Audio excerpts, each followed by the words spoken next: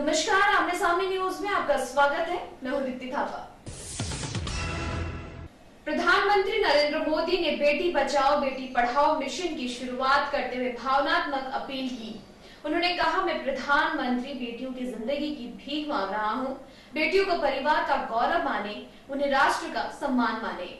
इस अवसर पर मिशन की ब्रांड एम्बेसडर माधुरी दीक्षित भी उपस्थित रही। मोदी ने बेटियों के सुनहरे भविष्य को लेकर सुकन्या समृद्धि योजना का शुभारंभ किया और 5 बेटियों को पासबुक भी दिए। देखिए रिपोर्ट। देश में बेटियों की कम होती संख्या पर चिंता जताते हुए प्रधानमंत्री नरेंद्र मोदी ने पानीपत की ऐतिहासिक धरती में बेटियों को बचाने की भावनात्मक अपील करके लोगों को झकझोर दिया। उन्होंने देशवासियों से कहा, मैं आज आपसे कुछ मांगने के लिए आया हूं। देश का प्रधानमंत्री एक भिक्षुक बन के आपसे बेटियों की जिंदगी की भीख मांग रहा। अपने लगभग 37 मिनट के उद्बोधन के दौरान प्रधानमंत्री मोदी ने बेटियों के प्रति सामाजिक सोच पर जहां गहरी चिंता जताई, वहीं कन्या भ्रूण हत्या करके पैसा कमाने वाले चिकित्सकों को भी आईना दिखाया। आपको पढ़ाया गया है किसी की जिंदगी बचाने के लिए, किसी की पीड़ा को मुक्त करने के लिए। आपको बच्चियों को मारने के लिए शिक्षा नहीं दी गई। मोदी ने कहा कि बेटियों के मामले में 21वीं सदी में भी हमारी सोच 18वीं सदी की है। हम अपनी बेटियों को तो पढ़ाना नहीं चाहते और बहू पढ़ी लिखी चाहते हैं। उन्होंने लोगों से सवालिया लिहाजे में पूछा कि अगर बेटी पैदा नहीं होगी तो बहू कहां से लाओगे।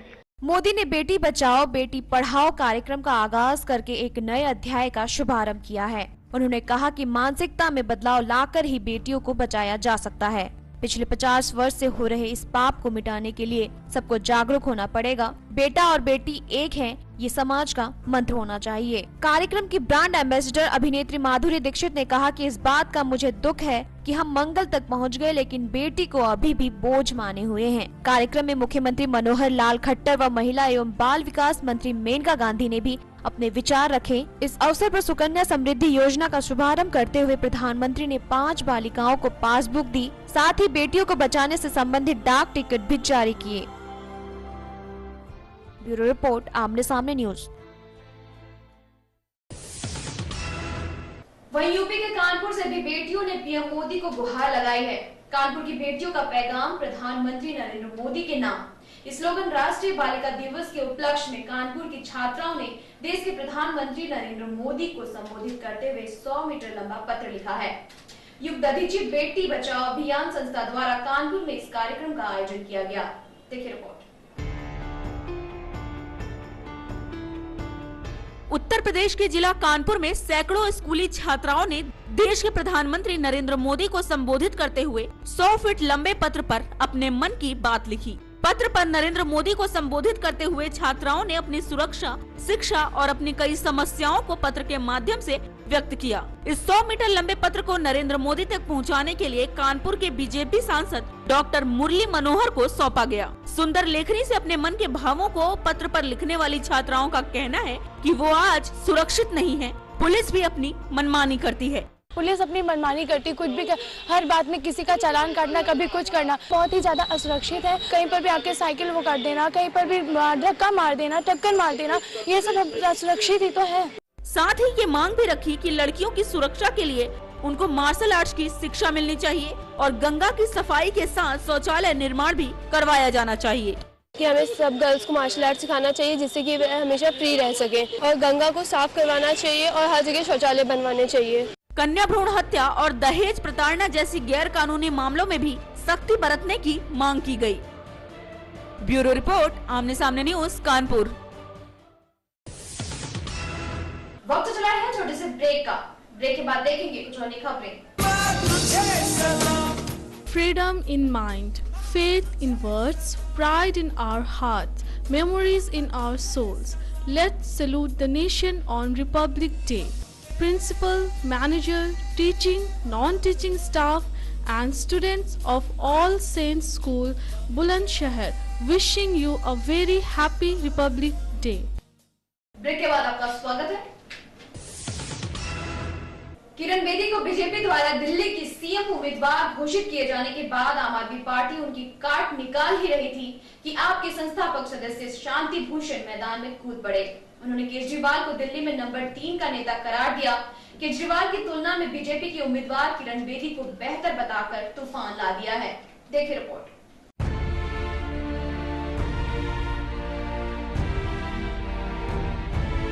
आम आदमी पार्टी के संस्थापक सदस्य शांति भूषण ने किरण बेदी की तारीफ कर पार्टी के भीतर खलबली मचा दी है।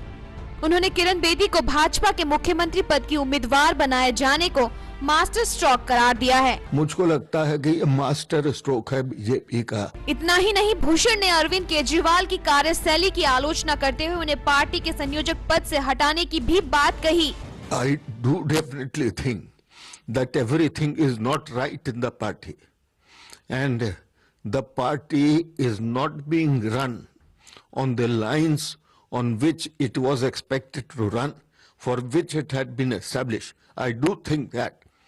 But therefore, the reorientation in the party is very much needed. We must go back to our old track. लेकिन शांति भूषण का कहना है कि किरण बेदी की ईमानदारी पर कोई शक नहीं है। बेदी भी केजरीवाल की तरह भ्रष्टाचार के खिलाफ आवाज उठाती रही है। वह केजरीवाल से किसी मायने में कम नहीं है। उन्होंने कहा किरण सेक्युलर है और ईमानदार भी है। अगर वो मुख्यमंत्री बनती हैं तो दिल्ली को बेहद ईमानदार सरकार देगी।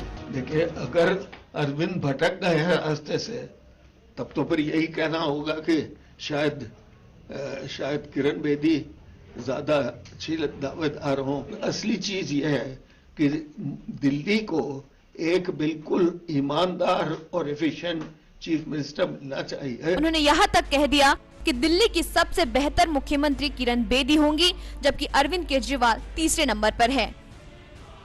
कांग्रेस महासचिव अजय माकन को दूसरे नंबर पर करार दे दिया। केजरीवाल के खिलाफ कई शिकायतें मिल रही हैं।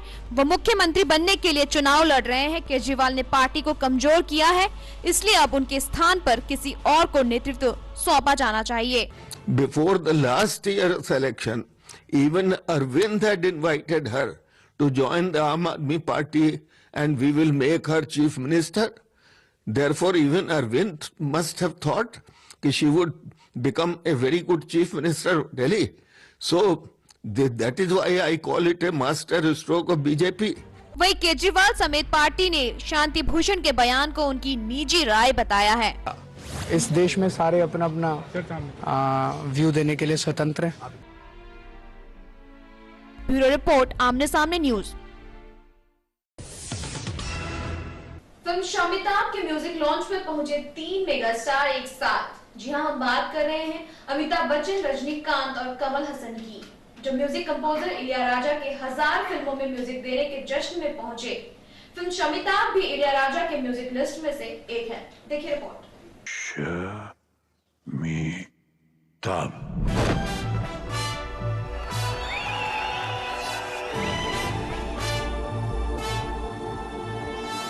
एक मंच पर 3 mega star. Thank you so much, ladies and gentlemen. This is a rare opportunity for me.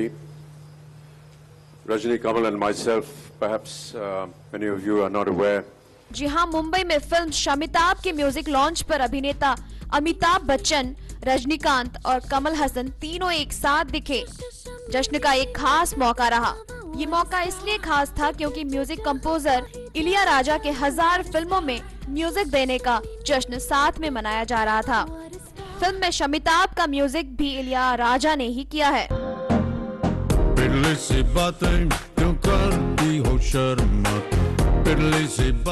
आपको बता दें कि इस फिल्म में अभिनेता अमिताभ बच्चन, धनुष और अभिनेत्री अक्षरा हसन मुख्य भूमिका निभा रहे हैं। ये फिल्म 6 फरवरी को रिलीज होना है। अक्षरा अभिनेता कमल हसन की बेटी है और तमिल फिल्मों के सुपरस्टार धनुष 2013 में आई फिल्म रांझना में अपनी अदाकारी से लोगों का दिल जीत चुके हैं। अब इंतजार है तो इस फिल्म के रिलीज होने का।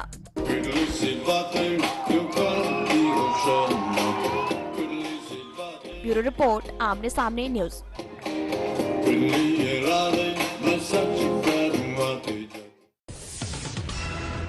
इस बुलेटिन में फिलहाल इतना ही। कल फिर मिलेंगे कुछ अन्य खबरों के साथ। तब तक के लिए मुझे यानी थापा को दीजिए इजाजत। नमस्कार।